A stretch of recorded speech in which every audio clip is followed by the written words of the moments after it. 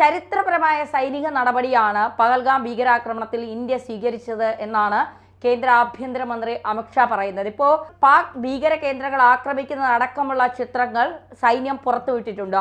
ഇതിൽ നിന്നൊക്കെ പാകിസ്ഥാനിലെ സൈനികരെയോ പാക് ഭരണകൂടത്തെയോ അവിടുത്തെ സിവിലിയൻസിനെയോ അല്ല ഇന്ത്യ ലക്ഷ്യം വെച്ചത്, അവിടുത്തെ ഭീകരരെയാണ് എന്നുള്ള കാര്യം വ്യക്തമായി തന്നെ ഇന്ത്യ പറയുന്നുമുണ്ട്.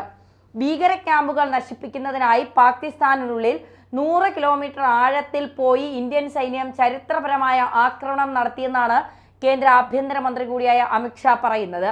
ഓപ്പറേഷൻ സിന്ദൂരിന്റെ നിർവഹണത്തിന് സായുധ സേനയെ പ്രശംസിക്കുമ്പോഴാണ് അമിത്ഷാ ഇക്കാര്യങ്ങൾ അറിയിച്ചത്.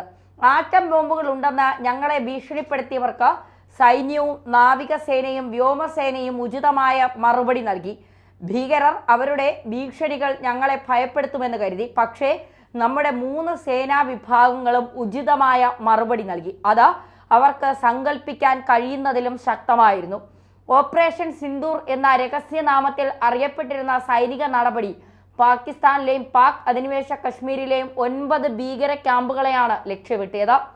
ഇന്ത്യക്കെതിരെ ആക്രമണം നടത്താൻ പദ്ധതിയിട്ട ജെയ്ഷെ മുഹമ്മദ്, ലഷ്കർ ഇ തോയ്ബ തുടങ്ങിയ ഭീകര ഗ്രൂപ്പുകളുമായി ഈ ക്യാമ്പുകൾക്ക് ബന്ധമുണ്ടായിരുന്നു.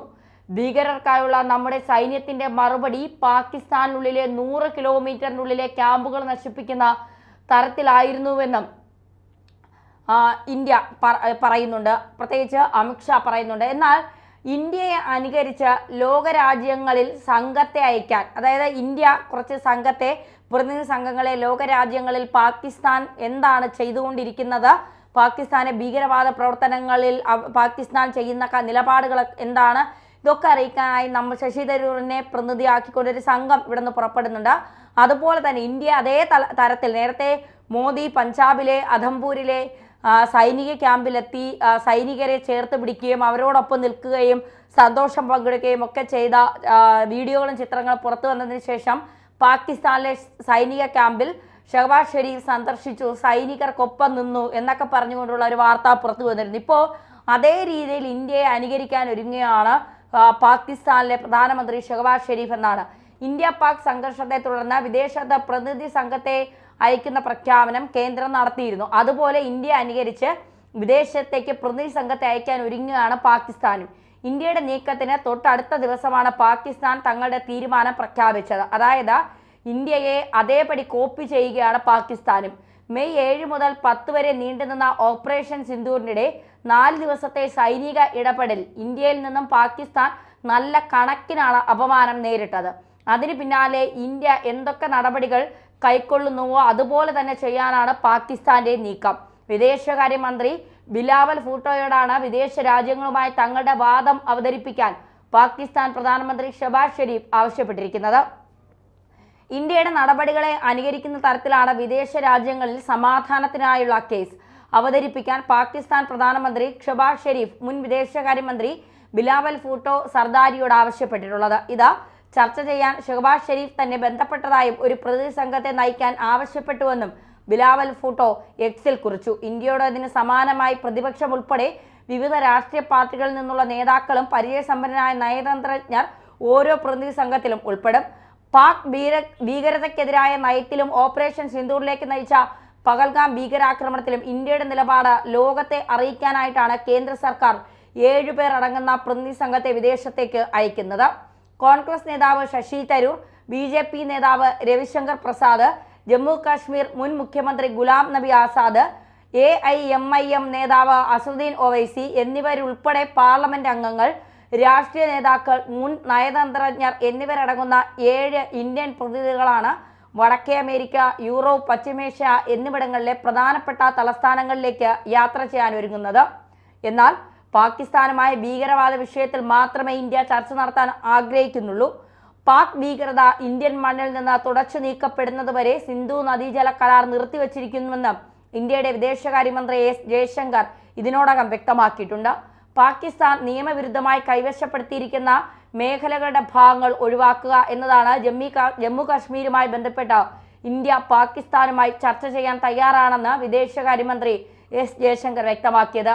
മെയ് 7-നാണ് ഇന്ത്യ ഓപ്പറേഷൻ സിന്ദൂർ ആരംഭിക്കുകയും പാകിസ്ഥാൻ നിയന്ത്രണത്തിലുള്ള കേന്ദ്രങ്ങളിൽ കൃത്യതയാർന്ന ആക്രമണങ്ങൾ ഇന്ത്യ നടത്തിയത്. മെയ് 10 വെടിവയ്പും സൈനിക നടപടികളും നിർത്തലാക്കുന്നതിനെക്കുറിച്ച് ഒരു ധാരണയിൽ എത്തുന്നതുവരെ ഡ്രോണുകൾ, മിസൈലുകൾ, ദീർഘദൂര മിസൈലുകൾ എന്നിവ ഉപയോഗിച്ച ഇരുപക്ഷവും തമ്മിൽ 4 ദിവസത്തെ ഏറ്റുമുട്ടലിനാണ് കാരണമായത്. നമുക്കറിയാം, ഇന്ത്യയും പാകിസ്ഥാനും തമ്മിലുള്ള ഇപ്പോഴത്തെ ഒരു അവസ്ഥ, അതായത് ഭീകരതയെ അന്നമൂട്ടി വളർത്തുന്ന പാകിസ്ഥാനോട് ഒരു സന്ധിക്കും തയ്യാറല്ല എന്ന നിലപാടാണ് ഇന്ത്യ സ്വീകരിച്ചിരിക്കുന്നത്. നയതന്ത്രപരമായ വലിയ പ്രഹരമാണ് പാകിസ്ഥാന് ഇന്ത്യ നൽകിയത്. ആ പ്രഹരം ഇന്ത്യ അവസാനിപ്പിക്കില്ല എന്ന കൃത്യമായ നിലപാട് ഇന്ത്യ സ്വീകരിച്ചിരിക്കുന്നത്. അതായത് സിന്ധു നദീജല കരാർ റദ്ദാക്കില്ല. അതിനുവേണ്ടി സംസാരിക്കണമെങ്കിൽ രണ്ട് കാര്യങ്ങൾ നമുക്ക് തീരുമാനമുണ്ടാക്കാം.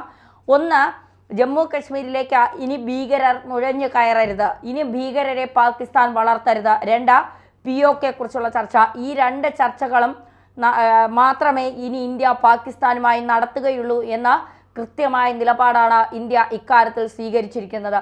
അതുകൊണ്ട് തന്നെയാണ് ഇപ്പോൾ ഈ പഹൽഗാം ഭീകരാക്രമണവുമായി ബന്ധപ്പെട്ട നിരവധി റിപ്പോർട്ടുകൾ പുറത്തു വരുന്നത്. നമുക്കറിയാം, 600 ഡ്രോണുകളാണ് പാകിസ്ഥാൻ തുർക്കി നൽകിയ 600 ഡ്രോണുകളാണ് പാകിസ്ഥാൻ ഇന്ത്യക്ക് നേരെ ഉപയോഗിച്ചത്. അതിൽ 4-5 എണ്ണം മാത്രമാണ് ജമ്മു കാശ്മീരിന്റെ അതിർത്തികളിൽ പതിച്ച. എന്നിട്ട് പോലും ആളുകൾക്കൊരു ബുദ്ധിമുട്ടോ സൈന്യത്തിനൊരു ബുദ്ധിമുട്ടോ ഒന്നും, അത് ഉഗ്ര ശബ്ദത്തോടെ വന്ന് വീണു എന്നതിനപ്പുറം ഒന്നും സംഭവിച്ചില്ല. പക്ഷേ നമ്മുടെ ആകാശ് മിസൈലുകൾ, ബ്രഹ്മോസ് മിസൈലുകൾ, ഇതൊക്കെ നമ്മുടെ റഫേലുകൾ, ഇതൊക്കെ മാത്രമല്ല ആഭ്യന്തരമായി ഇന്ത്യ വികസിപ്പിച്ചെടുത്ത ഇപ്പോഴും ഗവേഷണവും പരീക്ഷണവും നടത്തിക്കൊണ്ടിരിക്കുന്ന അക്ഷതീർത്ഥം ഉൾപ്പെടെയുള്ളവ പാകിസ്ഥാനെ ഏതൊക്കെ രീതിയിൽ പ്രഹരമേൽപ്പിച്ചു, പാകിസ്ഥാനെ ഏതൊക്കെ രീതിയിൽ നട്ടം തിരിച്ചു എന്നുള്ളത് നമ്മൾ ഇപ്പോൾ സൈന്യം പുറത്തുവിട്ടതിലൂടെയും വിദേശകാര്യമന്ത്രിയും നമ്മുടെ ആഭ്യന്തരമന്ത്രിയും രാജ്നാഥ് സിംഗ് പറഞ്ഞത് ഇരട്ടത്ത് പാകിസ്ഥാനെ വെളിച്ചം കാണിച്ചു എന്നാണ് പറഞ്ഞത്. ഇത് ട്രെയിലർ മാത്രമാണ്. ഇനി വെടിനിർത്തൽ കരാർ ലംഘിച്ചുകൊണ്ട് ഇനി പാകിസ്ഥാൻ പ്രകോപനമുണ്ടാക്കിയാൽ, അതിർത്തികൾ സംഘർഷാവസ്ഥ സൃഷ്ടിച്ചാൽ പാകിസ്ഥാന്റെ കാര്യത്തിൽ ഒരു തീരുമാനമുണ്ടാകും. പ്രത്യേകിച്ച് ബലൂചിസ്ഥാൻ പാകിസ്ഥാനെ മാനസികമായി തളർത്തുന്ന ഒരവസ്ഥയാണ്.